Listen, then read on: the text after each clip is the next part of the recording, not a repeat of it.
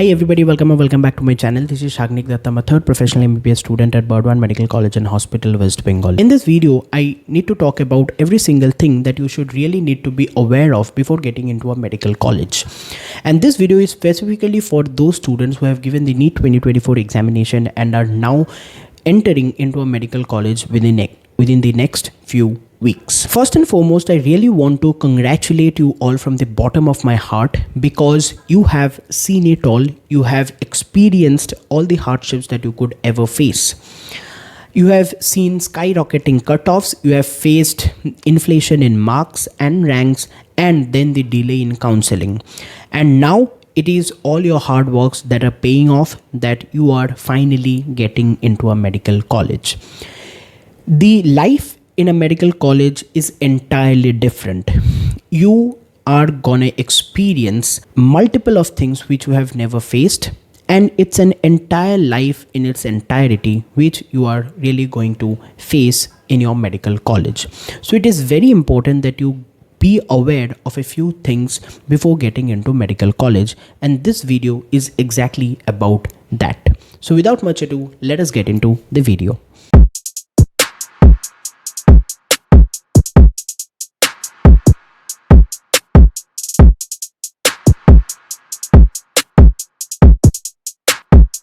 First and foremost, the topic that I really want to talk about and discuss about is academics.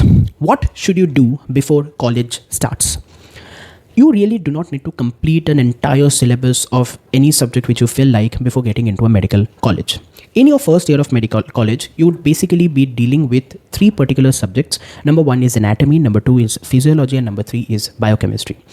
Now, before getting into a medical college, what I would actually recommend you to know about these three subjects are the contents of this subject and the basic concepts of these subjects, what these subjects are all about. Really ask me which subject should you start with, I would really recommend to start with anatomy. And there's a significant reason for that.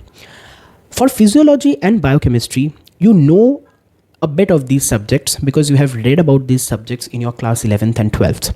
Most of the chapters and about 50% of the content that we'll be reading in these two subjects would be similar to your class 11th and 12th topics.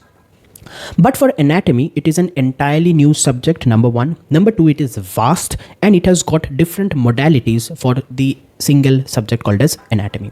So it is very important for us to be really confident about these subjects. So start with anatomy, that is general anatomy, which is not much important, but it actually helps you to get your concepts clear. So the topic that I would recommend you to start with is the upper extremities, the upper limbs anatomy. And once you actually start with this, you would be very confident about how to approach the subject because this is an entirely new subject. And once you designate and design an approach for this subject for yourself, it would be very much useful and beneficial for you to complete this subject in the future.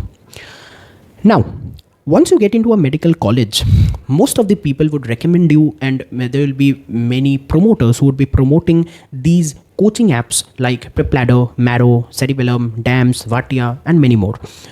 But if you just ask me, I would really recommend you not to join any of these coaching institutes in your first year. Rather, stick to your basics, read these standard textbooks, make your concepts clear, and prepare only for your university exams. Once you do that, you become very confident about these subjects and your basics get strengthened. I've already made a video for every book that you should buy for your first year of MBBS. I'll just put the link on the I button. You can refer to that for your benefit. Number two, what I really need to talk about is stationaries.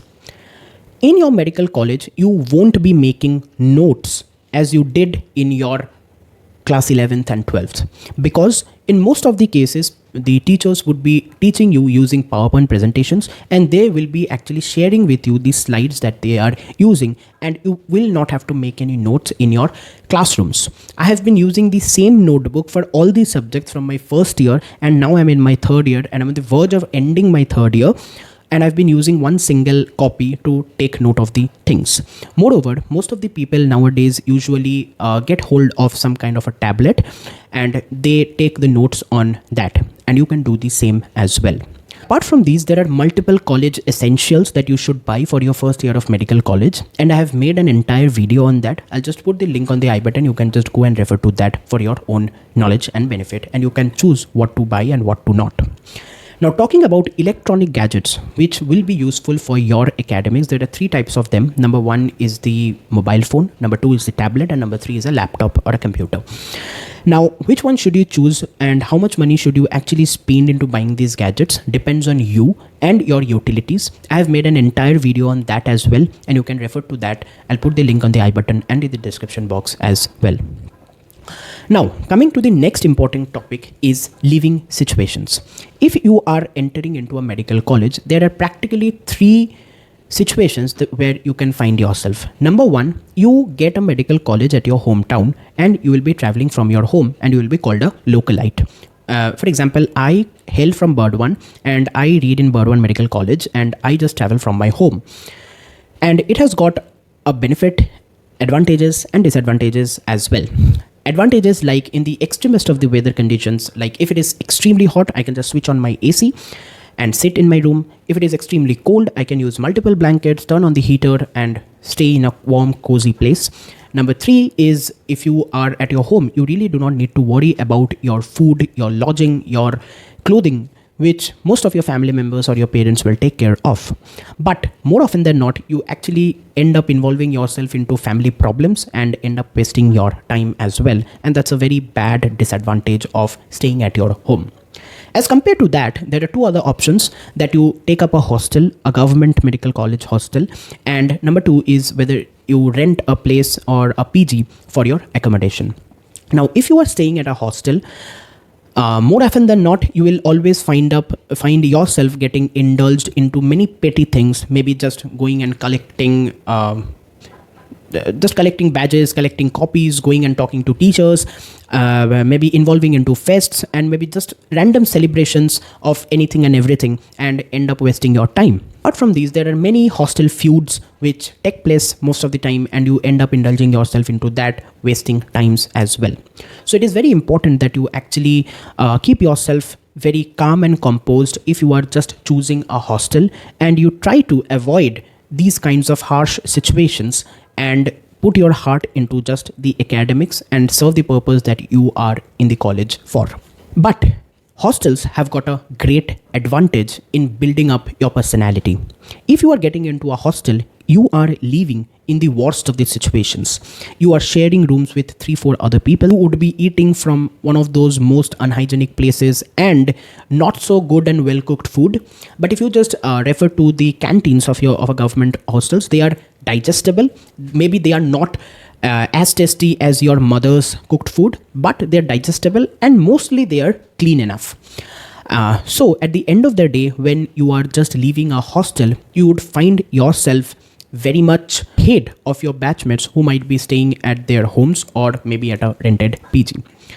Now, staying at a rented PG is a way between hostelites and localites, because you are staying away from the hostels, keeping yourself away from the bad situations of a hostel, but you are also staying away from your home, managing your own expenses, managing your own necessities, and thus you become more evolved as a person as well.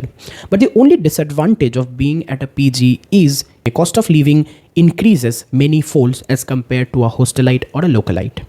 With this, I come to a very relatable topic, that is managing your finances in a medical college. I'll just take these three situations. If you are a localite, the only expenditure in most of the cases would be your travel expenses. Whether you are using a personal vehicle, your petrol costs would take up most of the money. If you are using a local transport, their cost would cost you much. But you will be very much able to maintain your finances within around 2,000 to 3,000 rupees a month max if you are a localite. If you are a hostelite, and if you are specifically in a government medical college hostel, then your expenses would be midway between, because the hostel charges are very minimal. For example, if I just talk about my hostel and college, then it's around 12 to 15 rupees a month, which is like very negligible. But you'll have to spend a lot of money in your fooding, which is like costly when you just buy and eat.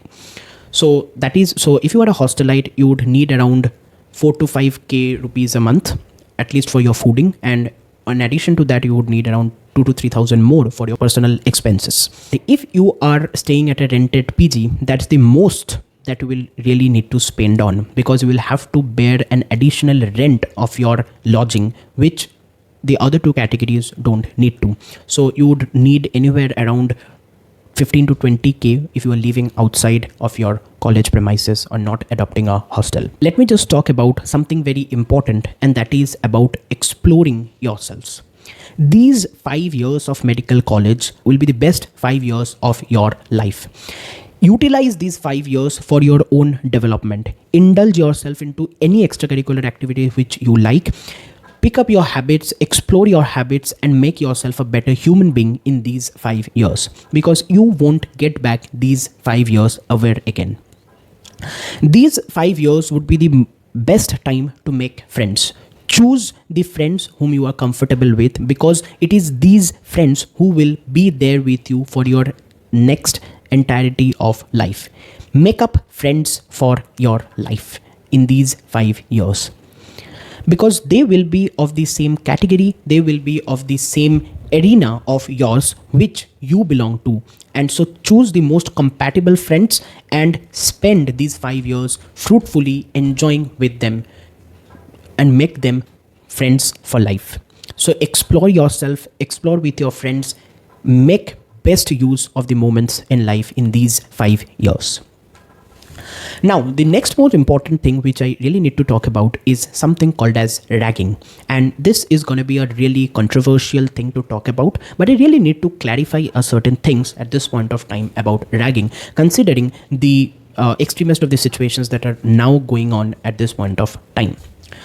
Now, the concept of ragging that we have within ourselves, getting the informations from our parents, really do not exist in medical college. And if you are a localite or a PG rented student, you won't face much of the difficulties.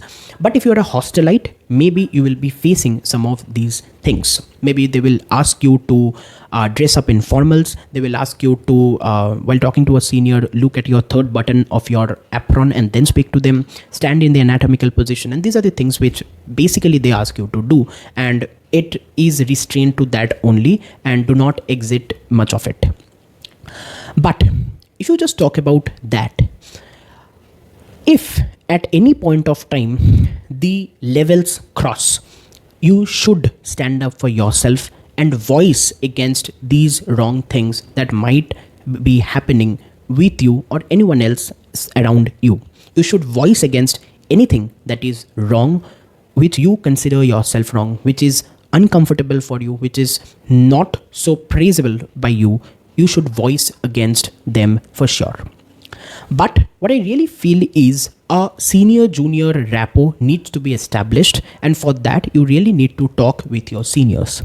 And if you are a senior yourself, you should not expose rules on your juniors. Most of these seniors who actually justify their act by saying that this is how you actually get the respect. But let me be very clear and frank, that is, respect is something which is earned and not forced. So it is very important how you actually behave with your juniors, and that is what gives you the ultimate respect. And once you actually build up a rapport between a senior and a junior, it really becomes very easy for you to deal with the hardships of medical college. Because it is these seniors who will actually teach you the basics of medicine, the procedures, the techniques, even more practically than what your teachers would be. Your teachers won't be there for lifetime. It will be these seniors who will be there with you at every step of your medical college, and they will actually help you learn things practically and efficiently. So it is very important to build a rapport with your seniors. So once you get into a medical college, try to build these healthy relationship between a senior and junior, rather than forcing on people all the wrong things. So it is very high time that we voice against all the wrong things and accept the things which would be beneficial for both the sides, the seniors as well as the juniors. So with this, I really come to an end of this video. But before ending this video, I really want you to understand that once you get into a medical college, it's a whole new life in itself. You would be starting your education career by just dealing with dead bodies. So it is of utmost mental strength that which you should accommodate yourself to prepare and for the next 5.5 years for yourself. So it is very important that you become very strong minded and approach everything and every hardship that you face during these 5.5 years of your medical college with utmost solidarity and utmost confidence. If you like the video, hit the like button, subscribe the channel and share this video with anyone who might find it helpful as well. Thank you. See you in the next one.